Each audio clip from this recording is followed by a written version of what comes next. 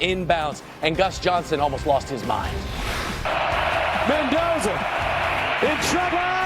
It's out. A part of second straight 10-win seasons for the Hoosiers. Just their third all-time win against Penn State. Now we're hanging with Mr. Cooper after the dub.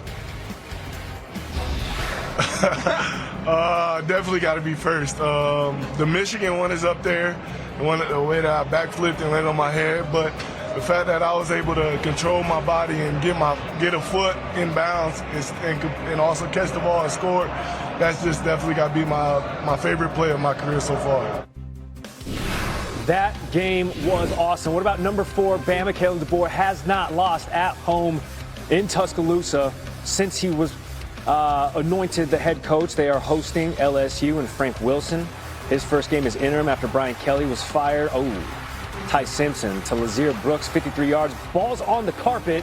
No, it's not. Elbow is down. He is down. Alabama in the red zone, the crimson zone. Very next play sets up this. Simpson to Ryan Williams. Got it. First receiving score actually for Williams since October 4th. That right there, his 4th touchdown of the year. Alabama up 17-3 at halftime. They had 344 yards of total offense, only 56 on the ground, and that's about the loss. Garrett Nussmeier took on that sack, and then, yeah, he was taking an earful from Wilson on the sidelines. Nuss, 121 passing yards. That's a career low, and that led to this. A spot on the sideline while Michael Van Buren Jr. comes in at quarterback, but it was more of the same. Bama sacked LSU's quarterback, whoever it was, 3 times on the game. LSU only manufactured 232 yards of total offense, 4 minutes to play. That defense, man, pesky. LSU started the season 4-0. They have since lost 4 of their last 5. Bama hasn't lost since August. All right, I got to show you this defense of Texas A&M. 3rd ranked. They're taking on a true freshman. That's Matt Zollers making his first career start. First true freshman to start for Mizzou in a decade. Drew Lock was the last one. Zollers completing to the wrong team. Dalton Brooks straight to him. Fumble in the air. Brooks was here. As for Zollers, 7 for 22, 77 yards. That's tied for the lowest Mizzou completion percentage in the last 20 seasons. Missouri has lost 6 straight ranked matchups. They were going to lose this one. They couldn't stop the rush. E.J. Smith is in. It's 14-0 Aggies. They ran for 243 yards as a team. They can also throw it just a little bit. Marcel Reed to Casey Concepcion. Gosh. Yes, I mean, they got a hand on. They got a hand on the jersey. Yeah. But, you know, they wouldn't count as a tackle in two-hand touch. Reed, 221 through the air, 2 passing scores. And then Reuben Owens II had his 2nd rushing score of the day untouched. He goes, when I scored my first touchdown, I was like, okay, there's still a lot of people here. When I scored my 2nd, I looked up and was like, there's nobody here but our fans. A&M, 38-17. They're 9-0 for the first time since 1992. More ranked v. ranked. Number 9, Oregon, 4.5-point favorites in a wet and cold Iowa. But that's where Ducks flourish. When it's wet and it's cold, it's the wet feet. Mark Gronowski to DJ Vanami, 40-yard pickup. Iowa first down. And Randy, you were impressed that they have since discovered the forward pass. Yes. Down there, sure. Took a little bit. 2 minutes to go. Hey, tried and true. 4th and goal. Gronowski, 9th straight game with a rushing score. He has 12 on the season total. And the Hawkeyes have a 16-15 lead over these Ducks, who a lot of people were saying were on upset alert in this game yesterday at Kinnick.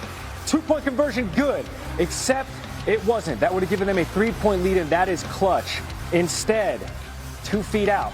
You know who saw this comeback from Dante Moore about to happen? Patrick Mahomes, guest picker. It's going to be an ugly football game. Iowa's going to make it ugly. It's going to be a defensive football game, but Dante Moore might be my favorite quarterback to watch in college, so I'm going to take the Ducks and go in there and win an ugly one. Moore with a chance. He was 13 of 21, 112 yards through the air. The Ducks, they're at midfield. Malik Benson, man, able to secure that rock in just the nasty weather here. And then Atticus Sappington, 4th and 4 for the win. Sappington, a perfect 3 for 3 on kicks. That 39-yarder gives Oregon the 18-16 win.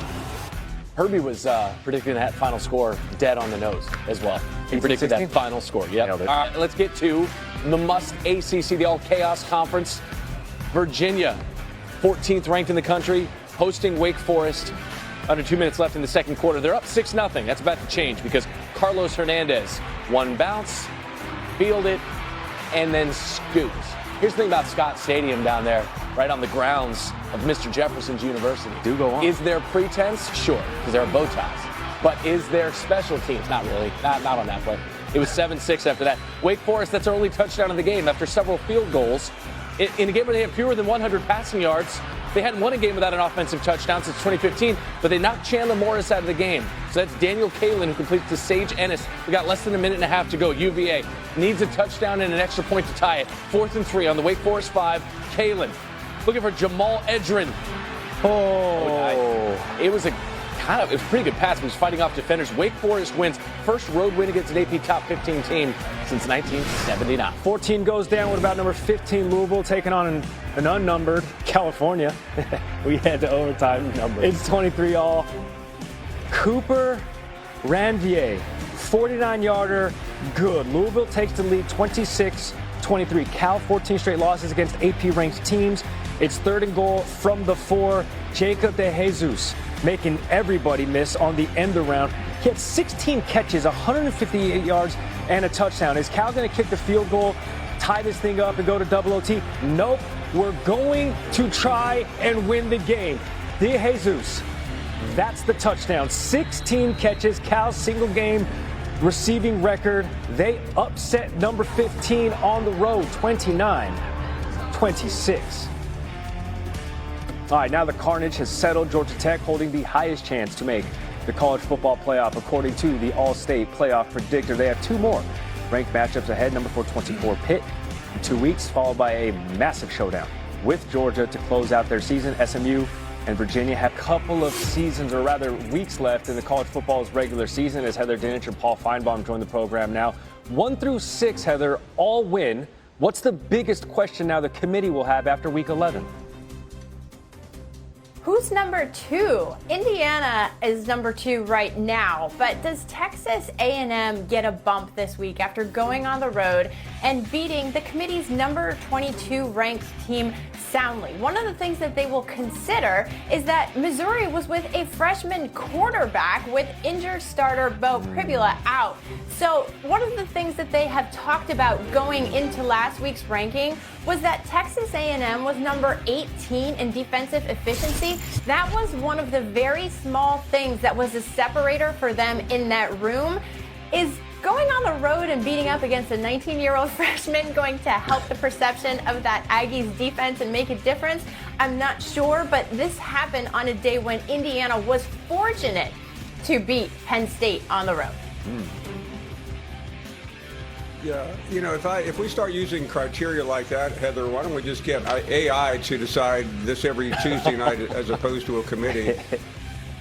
What I saw yesterday was Texas A&M going to a very difficult place, beating up an 18 or 19-year-old or anyone for that matter. Doesn't bother me. They were efficient and they continue to win on the road in the SEC. When I looked at Indiana, I saw a team that would continue to struggle. I mean, I just don't think there's a lot of comparison to going to Missouri and winning and going to Penn State and winning. And Heather, you'd have to help me. I can't even remember the last time Penn State won a football game. Has it been in this century?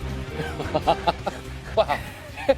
I think yes. Short answer, yes. That was the Dinich date.